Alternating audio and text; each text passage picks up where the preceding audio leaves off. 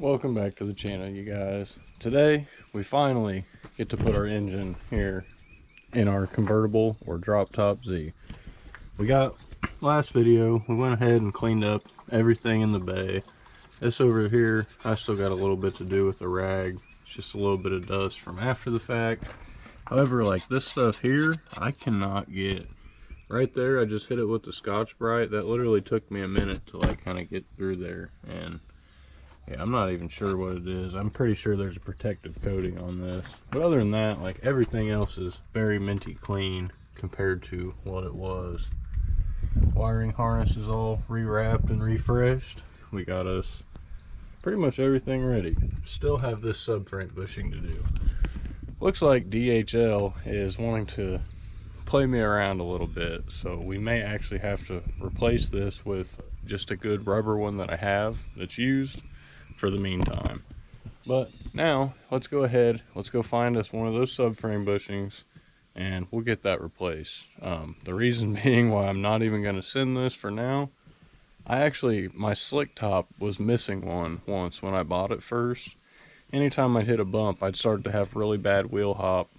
Like the wheel would literally bounce until I would turn and straddle the road. Don't ever want to have to deal with that again. That was very, very scary. And I drove like that for probably 2 years before I found out what it was, let alone fixed it. What we did do today is we're actually going to keep the 6-pin harness down here. Usually the manuals have 8 pins, but I went ahead and repinned it. And we did install it here on the car. And we had our extra 2 pins for the reverse lights over here, and they're taped down and hidden. So they can still be used in the event of a swap. We can just pull them out, snip them, and rewire them up here into these. But let's get that subframe bushing changed.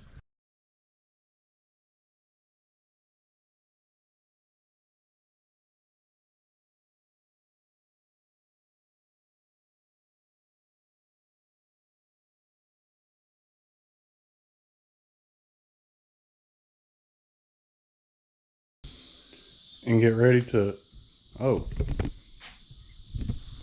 it's already installed. Well, that was awfully easy.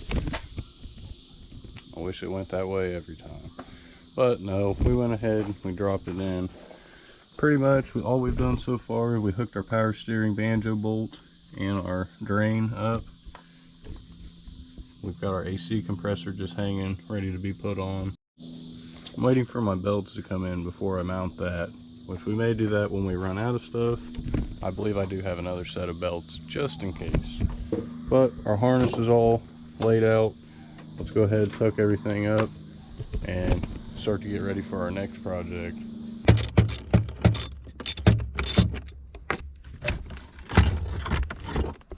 Oh, that was puzzle enough.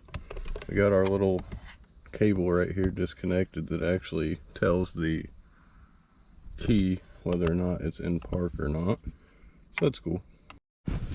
Shifter's out. Now it's time to start our official wrestling match.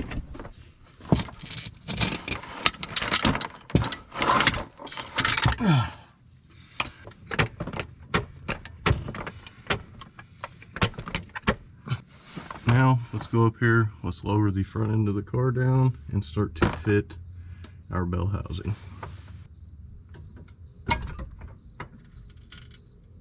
Let's get the bell housing as even as we can. See if we can slide it on.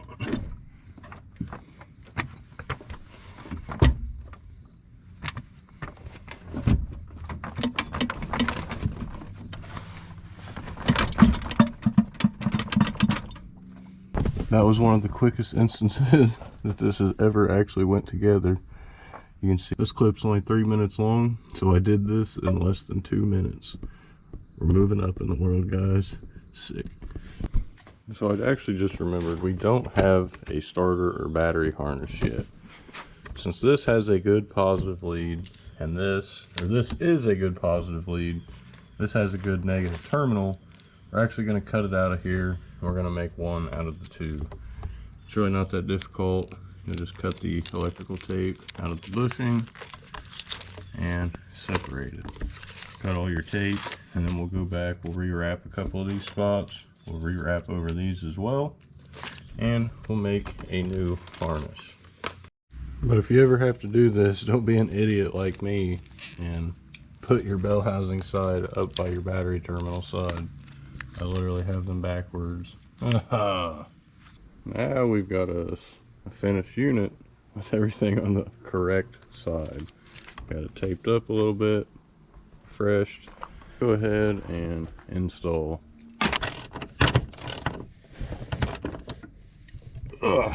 There we go. Transmission is finally in. So we actually just started plugging away at some of our wiring just so we can get everything routed out and cleaned up. We're actually going to go ahead, fill this thing up with oil just so that way we don't forget and we have no chance for error. Now, can we no funnel gang successfully or not? Alright, we started good. Let's see if we can finish good. Oh, we managed to no funnel gang a full 4 quarts. Let's go ahead, get the residual. I'll sit here and wear my arm out. And then let's finish with our wiring. Because now that we have all the wiring hooked up and there is sorted areas, let's go ahead. We're gonna go up to the house, grab a snack, and we'll be back once we have a full belty. Well, half full. So since we went and ate, we came back, we found us a shifter and all associated hardware. So really you just have this bolt here, or the nut washer combo here, and one right there that goes on the bottom. And then this bolt will bolt to your shifter support, which we do not have yet. Oh, our shifter's all in, mounted. Shifts good, but there is no shifter support, so it is very hard to shift. Now we get the joy of installing this drive shaft. Bad thing about this, luckily the car's not really going anywhere, but the center support bearing is totally shot. Starting to get a little chilly out here, but let's see if we can push through, get everything on the bottom side, which really all I care about is getting this on. And we have to get our starter on. Exhaust, I'm really not too worried about. For this big ugly lug. Right now, point and shoot. Oh no. I don't think you guys are going to be able to see much of anything. Looks like it's about time to grab a light. Oh, so bright you wouldn't even know that it's almost nightfall. I love LED lights. Let's go ahead and install this. I always like to snug this up a little bit before I actually put bolts in the rear end, so that way it actually holds it up and I don't have to sit there and fight the way to the drive shaft. Now we're all bolted up, even our support bearing. Now the starter is fairly simple. You just have your power wire that goes on the back, and then you have your signal wire right there. 2 bolts. Luckily I have both the studs here, so this is going to be very fun. Actually, they're not stripped, so that is something very uncommon for me. A lot of times the 5-speeds have really stripped out threads for the starters. We're all good on this one. At least from what I've seen, everything threads in fine and is in good condition. So sometimes I really don't like being on a crunch like this because I feel like I'm overlooking and doing a lot of things that I usually wouldn't do, and I don't want to kind of sabotage myself and cause more problems in the future. So I've been doing a lot of backtracking to make sure we don't do that. Nut number 1, if we can get our hand in here, threaded. There we go. And just seal the deal. Now that that's finished, let's wrestle this bad boy up onto here.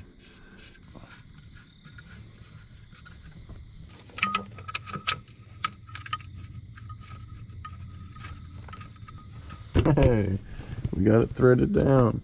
As a spider literally dropped down onto our face as we were tightening that first stud. That was pretty freaky. Well, let's go ahead and get this all torqued down. And maybe zip tie this up out the way. Want to make sure it doesn't sit on our exhaust manifold because then it's going to melt. We're actually missing one of our brackets here that has really been missing on about every Z I've owned except one. I actually just discovered this little clip actually goes right there. There's another one in it. So now we just got to really zip tie this up out the way. May not have to, but I like to just to be safe.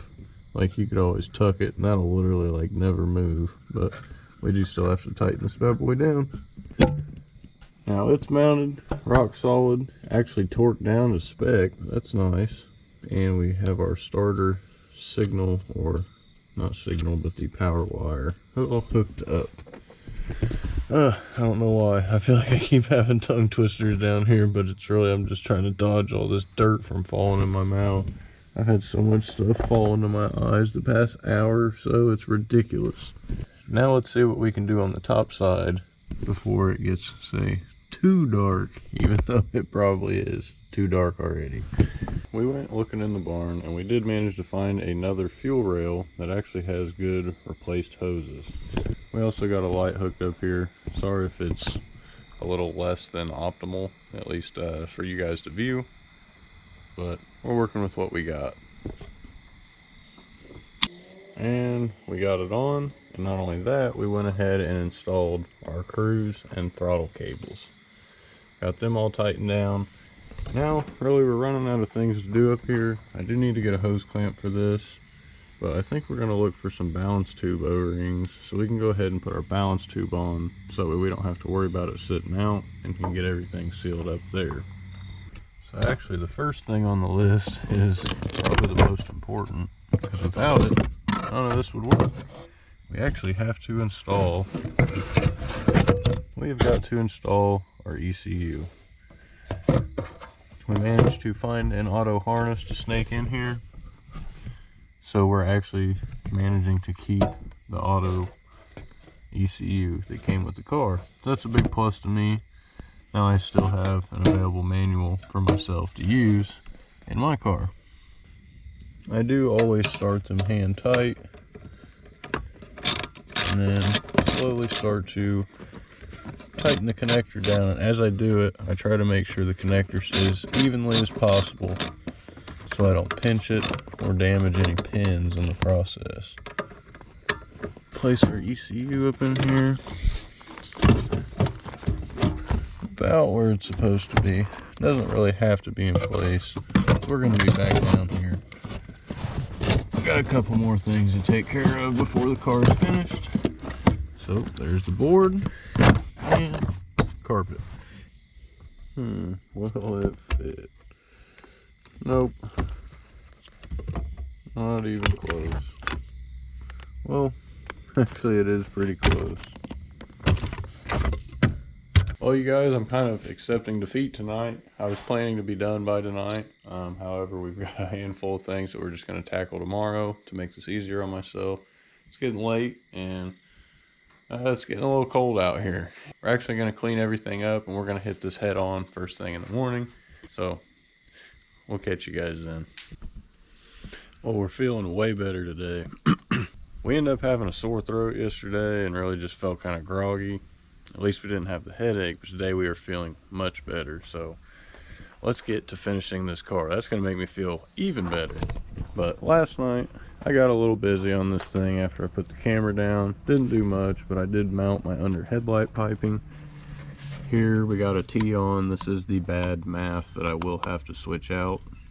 It's not OEM or an N62. No bueno. Throw it in the trash. Don't even waste your time because it's going to cause you problems and you don't want to hurt your engine with bad AFRs. Now we've got our two intakes. Let's go ahead and easy install. Oh, maybe that wasn't so easy. Now that the intakes are on, we went ahead and we grabbed us a couple belts.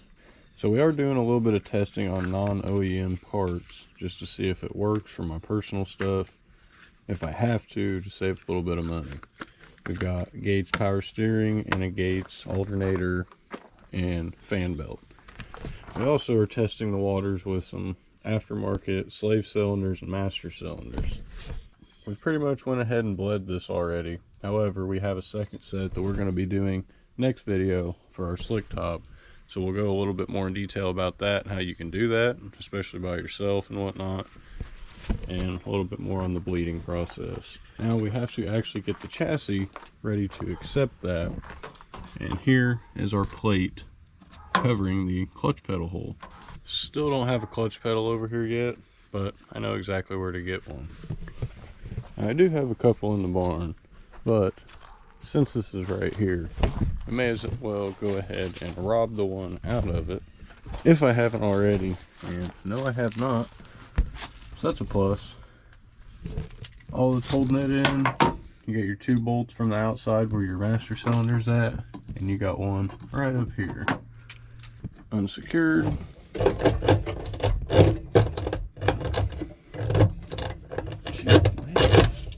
thing does not want to come out at all. Oh, we're missing one. I guess that makes sense. So I think the correct way you'd go about this is drilling out these dimples you see here at the top and bottom, because those are the 2 spot welds that hold this plate on. Purely for the lack of access here in between, I just take flathead right here on the top, hammer it a couple times, and bend it back. And I do that down to the spot weld.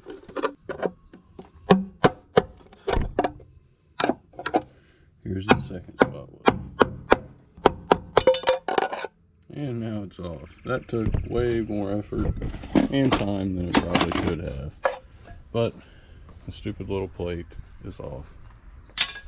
I'm actually going to grab a brake cleaner and rag, and we're going to clean this up, and then we're going to hit it with a little bit of spray paint just to kind of take that color offset off, because the master cylinder, as you can see, is not the size of that entire piece, so we don't have just that plain primer coating color sticking out. I went ahead and used a little bit of this for touch up from a distance, and well, that looks it pretty much night and day difference. Glad we went ahead and took the couple minutes to do that. So now while that dries, I think what we're going to do is we're going to try to sit here and fit our belts. It shouldn't be that hard. You always want to make sure you start with the farthest from the rear, which would be your alternator belt, then your AC belt, and your power steering belt on the outside. Oh, dang. There we go. Maybe. Oh, one more. There. Now the tension, you just have your tensioner bolt. Once you get it to your desired location, tighten the 12mm on the back, and then tighten your actual alternator bolt. That feels good. All torqued down. What I would like to do, you never really get these fully tight until you get the belt on, because when it's just on the water pump it wants to spin. Generally I tighten these till they start to spin the actual water pump pulley, but I don't think it's necessary here. Gates, if you're interested, I'm pretty sure they make Nissan OEM, but don't quote me on that. Already on. A little tight, but we can mess with that one a lot easier than the other one.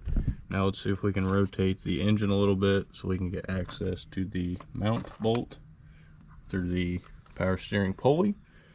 Get that tightened down. We also need a 17mm to finish tightening our alternator down. And we're all finished with that, and we may as well go ahead and drop a radiator, which we have right here.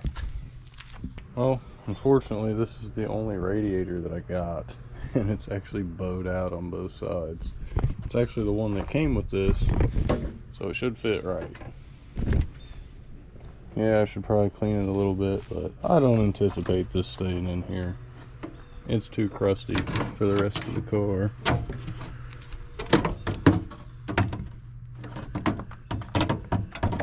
And there we go.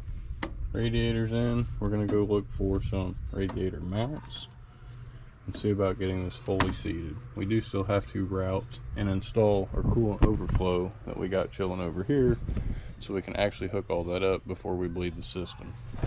However, right now, since we don't have our hoses hooked up, we're actually going to work on this clutch system. I think this paint's had enough time to dry. I only hit it with the one coat. I've wiped around it. It wipes smooth with the rag, like glass smooth. First, you want to kind of put your stainless line down here in this little cubby hole so you have plenty of room to fit the master cylinder in.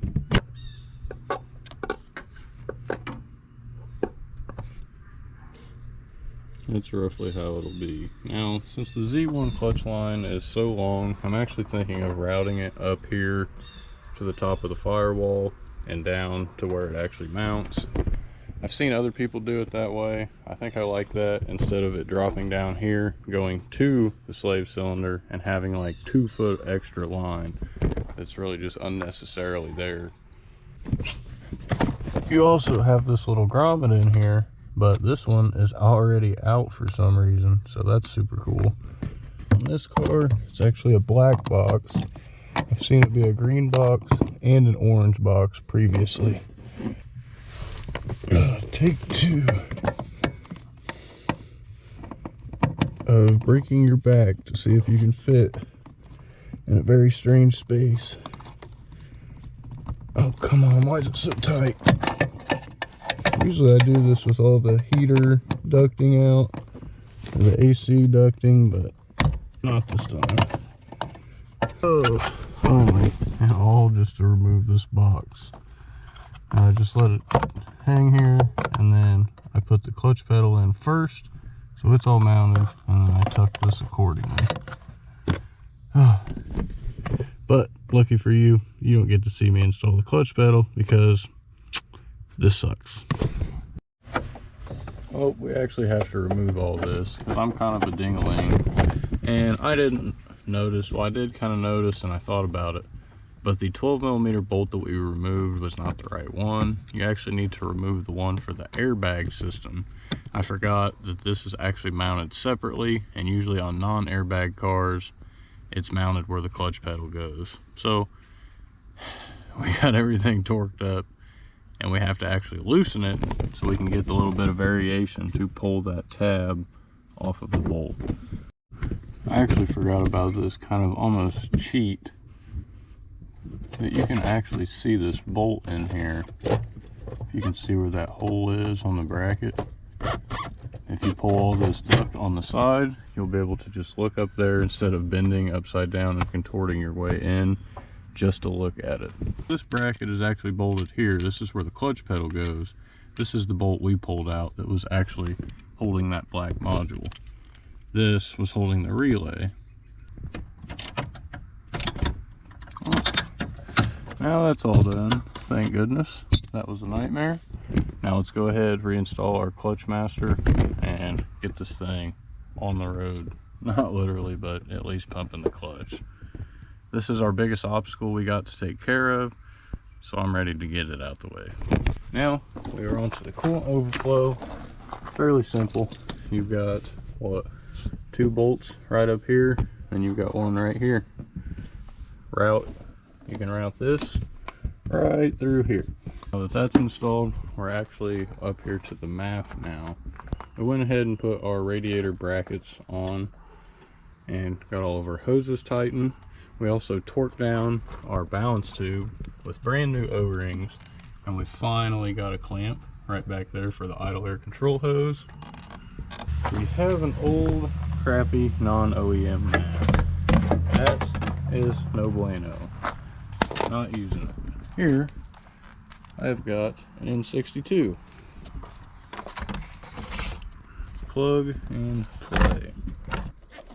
Tighten it down. Now that we have our MAF and filter in place, let's get it rotated in the right orientation. Now let's tighten these clamps down.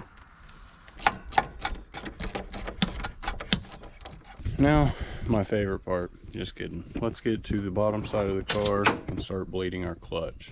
We're going to do this with one person. It's fairly easy. and I'm going to show you guys how. Now take your slave cylinder, push it on your clutch fork, kind of squish it in to where you can mount it. You're going to have like a water bottle or some kind of bottle that's filled up a little bit to submerge a vacuum line in brake fluid. In doing that, you'll hook it up to your bleeder, and when you crack it loose and start to pump fluid through, every time a bubble passes through and comes out the vacuum hose, it raises up, and then when you let out of the clutch and it draws the fluid back up the hose, you pull pure fluid up instead of air. So then you essentially help burp your system. Now it'll be as simple as cracking this bleeder and pumping fluid with the clutch pedal. You'll want to make sure you keep an eye on your clutch master cylinder and make sure the fluid never goes too low. If it does, you pull air in the system, then you're going to be doing this all over again. 10 of 10, do not recommend that one. Now it would really help if you had your clutch clevis pin in, unlike me. Now I gotta go find one. This is the only time it's okay to fill it all the way up.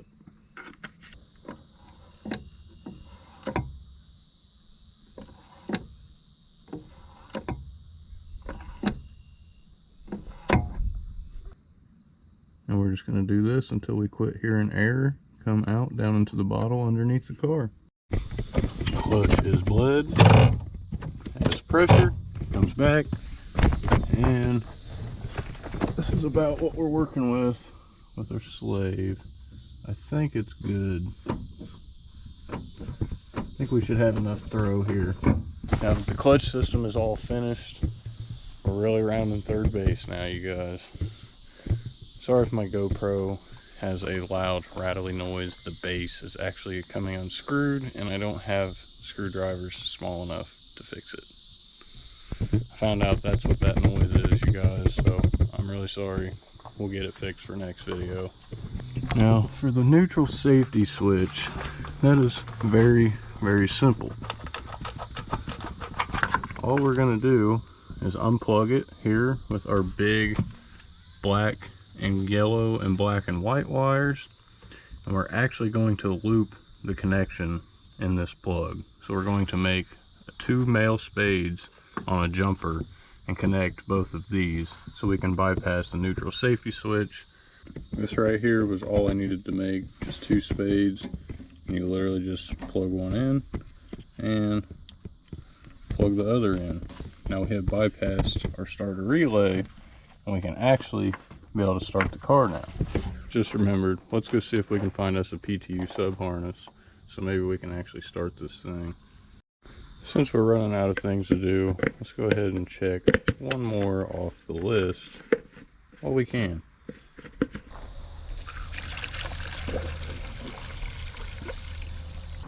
Now that we have put over 2 gallons of coolant in, or water, let's go ahead, start our jump pack.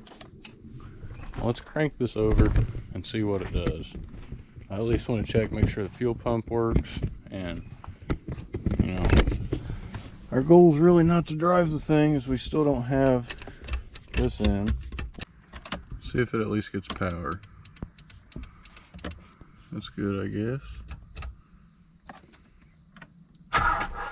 That's good.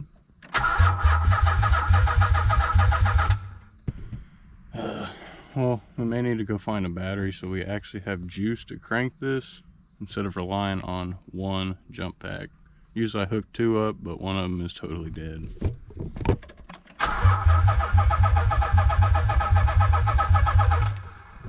Well, I think we may have figured something out. We actually just switched our ECU because I remembered I do still have a 93 vert automatic ECU. Well, listen what happens when we turn the key now.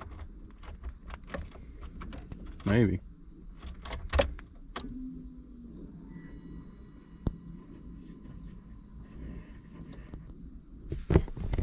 We can hear the pump priming, but it doesn't sound too happy. We may actually need to put some more gas in it. Let's give it a shot.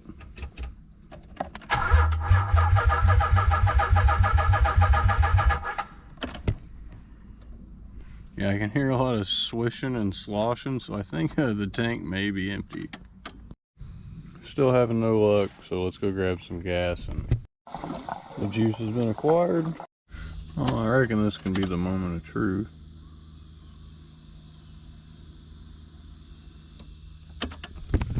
I don't hear the fuel pump like I did. I mean, I hear it, but I don't hear a bunch of like air that it sounds like.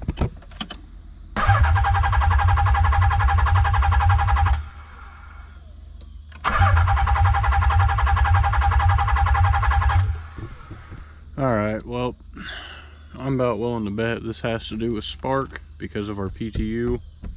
So I think tomorrow, since we have other wiring to do, we're just going to replace them harness connectors from old style to new style instead of having the sub harness, which is full of corrosion. This is a pain in my butt. We'll catch you guys tomorrow. Well, we know our crank angle sensor is working because we smell gas very badly from those couple cranks. So actually, while we're eating, we're going to look up, see what we can do about repairing this harness, and maybe we'll get to it tonight. Well, today, first plan of attack, we got a PTU connector bypass or delete. Reason being, please don't roast me. I know this is not ideal at all.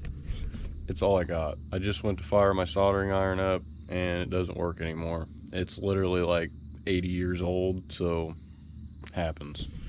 And if you guys are interested in how to do this, please drop it in the comments below and maybe I can make a video on it. It's fairly simple. You'll just cut one wire at a time while you splice correspondingly. Now that I've got all the sheathing off, it's kind of make a little more sense. Basically, we're going to cut back on this side of the harness so we can splice this directly into this connector and skip this whole connection. Same thing on both sides here. Normally you would only cut one at a time. So you would cut this and cut back there and splice only this top wire together so you don't get mixed up. However, I think I'm just going to snip this whole thing since I have a little bit of pigtail to look at to know what wire goes where, while I snip one of these one by one and connect them together. Just makes a little bit more sense to me. I mean, I know I'll be able to figure out what goes where. These wires are pretty different than anything I've ever seen. Same thing over here. Pretty basic wires, same deal, plus your ground. So this is about how far or how much of the wire I've cut out so far. I don't know how well you can see it there, but there is still green on the end of this wire. Now that we've cut about 6 inches out of the sheath, we have found non-corroded wire. So for any of you guys having problems with your wiring harness, let this kind of be a little testimony to you that just because you can't see it doesn't mean it's not there. I've got tons of wiring harnesses and tons of them I will not touch for this exact reason. But now I know, I mean, you can salvage them, but you have to do, or at least cut back a lot of wiring to fix this issue, especially with your PTU. These cause all kinds of problems. Well, we've finally got this side done at least. Now we have one more connector to go. And this is actually the 6-pin, so we're over halfway done. It's been kind of tedious, but I'm really hoping this takes care of our problem. Our little spaghetti mess of the wiring job is all finished for now. Let's go up here, put the battery terminal back on. I just seen that that's not on. Let's give this thing a crank, see what it does. If this fires up, I'm killing it right away. Well, you guys, the whole problem had to do with our PTU that whole time. But I guess the more we know, that's excellent. I know we have 3, maybe just 2 injector connections that are pretty garbage. We may have to put like wrong connectors on them, but force them on just to get a good connection, because I'm all out of this style of fuel injector connectors. So, oh man, big victories today. See if she'll do it again.